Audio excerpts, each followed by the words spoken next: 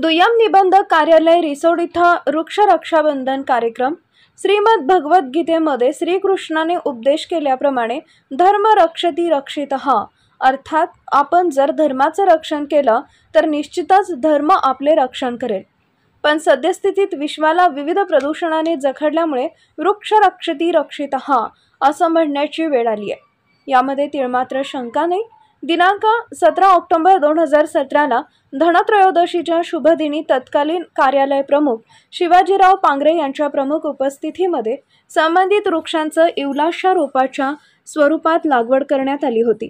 आज तागायत सदरहू वृक्षाचं कार्यालयीन मंडळींनी संवर्धन केले व यापुढेही त्याचे संवर्धन होईल, हे वृक्ष रक्षाबंधन कार्यक्रमाच्या साक्षीनं पटवून देत आहोत, असे वक्तव्य छत्रपती शिवाजी महाराज वनश्री पुरस्कार प्राप्त गजानन मुलंगे यांनी दुय्यम निबंधक कार्यालय रिसोड इथं आयोजित वृक्ष रक्षाबंधन कार्यक्रमाच्या दरम्यान व्यक्त केले।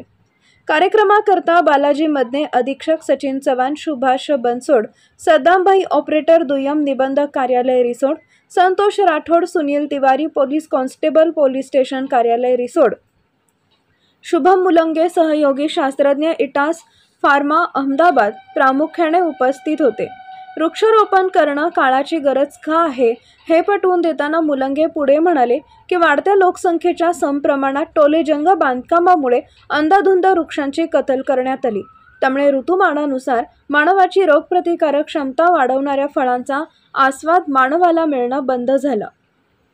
त्याला पर्याय म्हणून आज रोजी विविध फळांच्या नावाने रसायनयुक्त घातक तसेच आकर्षक आवरण असणारे हवाबंद पदार्थ खात आहेत की ज्यामुळे आज घडीला 5 पैकी 1 व्यक्ती कोणत्या तरी दुर्धर आजाराने ग्रस्त होत आहे, हे तेवढंच खरं।